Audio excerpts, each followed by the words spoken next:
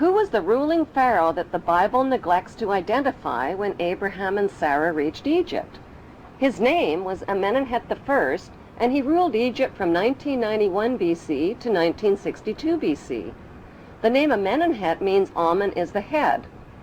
Besides Pharaoh Amenemhet and biblical Abraham living in the same place at the same time, is there any other evidence connecting biblical Abraham to Pharaoh Amenemhet I? According to Egyptian history, Pharaoh Amenemhet I was not of royal blood, and his family origin is unknown. Egyptology experts believe he seized the throne of Egypt after murdering Pharaoh Mentuhotep.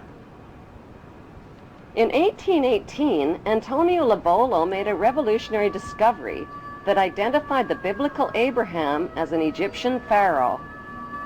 During Lobolo's excavations in the Egyptian Valley of the Kings, he exhumed 11 Egyptian mummies along with rolls of papyri inscribed with hieroglyphic writings and drawings.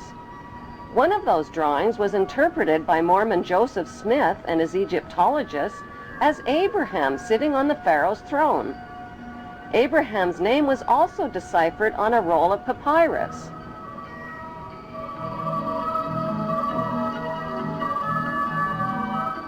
Joseph Smith published his controversial findings in the Book of Abraham in 1842 and was murdered 2 years later.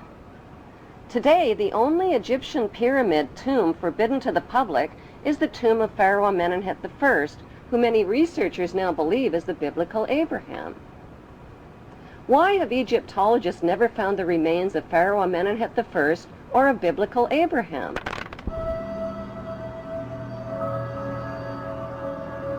The best explanation is that their common remains are concealed inside the famous Ark of the Covenant. The Hollywood movie Raiders of the Lost Ark was about the search for the lost Ark of the Covenant. According to the Bible story, the tablets of the 10 Commandments given to Moses by God were stored inside the Ark.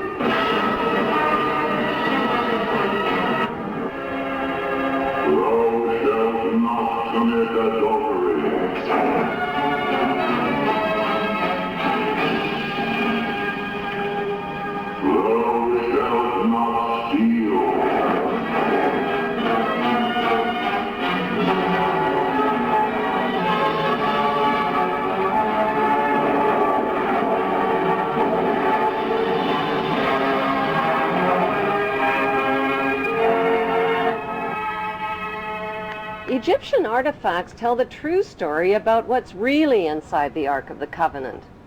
The Ark of the Covenant is, in fact, an Egyptian canopic chest, where the dried organs of royal kings and pharaohs were stored, not the 10 Commandments. Why did the Hebrews call their royal canopic chest the Ark of the Covenant? Because the name signifies the covenants or promises that God made with Abraham. Would the Hebrews carry the Ark of the Covenant into battle to kill and steal if it really contained commandments like, "Thou shalt not kill or steal"? The best explanation is that the Ark contained the remains of their ancestral leader who led them into battle. Biblical Hebrew rulers like King Solomon broke all of the commandments, just like today's rulers who make and break laws and commandments to exploit the obedient masses. The evidence shows that the ancestral patriarch of the Hebrew Jews is Amenemhet I, and that his biblical name is Abraham.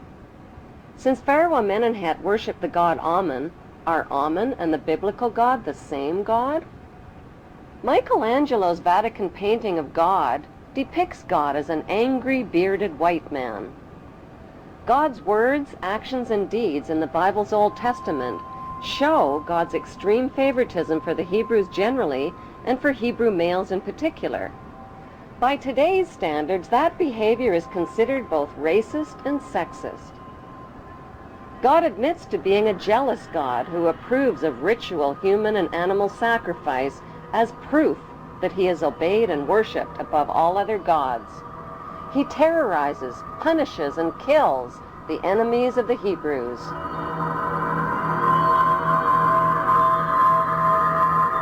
He uses his godly power to kill Egyptian children and spread plagues, famines, pestilence, and darkness. He magically turns staffs into deadly venomous snakes and turns the Nile River into blood. Like the biblical god, the god Amun-Ra also turns the Nile River into blood in the Egyptian myth of Hathor. The Bible God's opinion of humanity is that all human beings are sinful children who are all born into sin. Since his words and deeds describe an angry, violent, and jealous God, are the biblical God and the ancient Egyptian god Amun, whose name is repeated over and over in the Bible, one and the same God?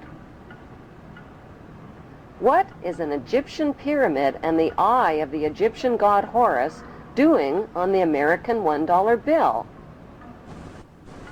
Why have Washington, London, and the Vatican erected towering obelisk monuments honoring the pagan Egyptian god Amun-Ra?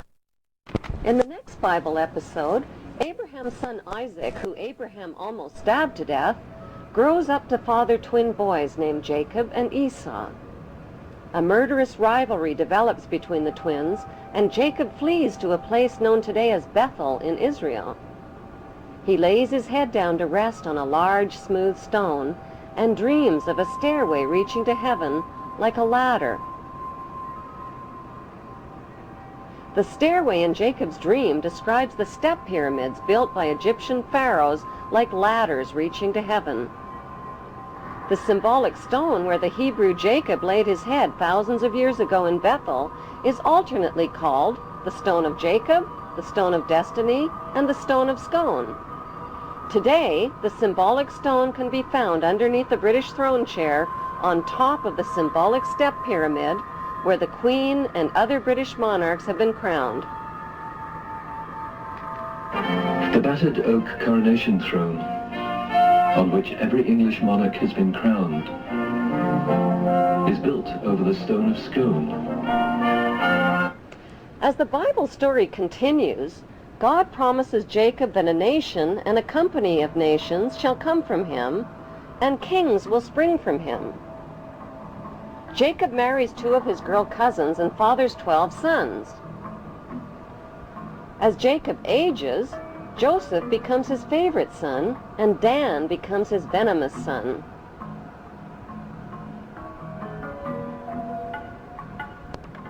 Jacob eventually takes his sons and his Hebrew clan and migrates from Canaan into Egypt. This Hebrew migration into Egypt closely parallels Egyptian history when the Semitic Hyksos migrants overthrew the Egyptian pharaohs and seized the throne of Egypt. One of the Semitic Hyksos leaders who became king of Egypt was Yacuber. Since Yacuber is the Aramaean name for Jacob, Egyptology experts interpret this as factual evidence that the biblical Jacob and the Hyksos king Yacuber were one and the same. Historical records show that the Semitic Hyksos kings ruled Egypt for over 100 years. The Egyptian people rebelled against these Semitic kings and pushed them into northern Egypt.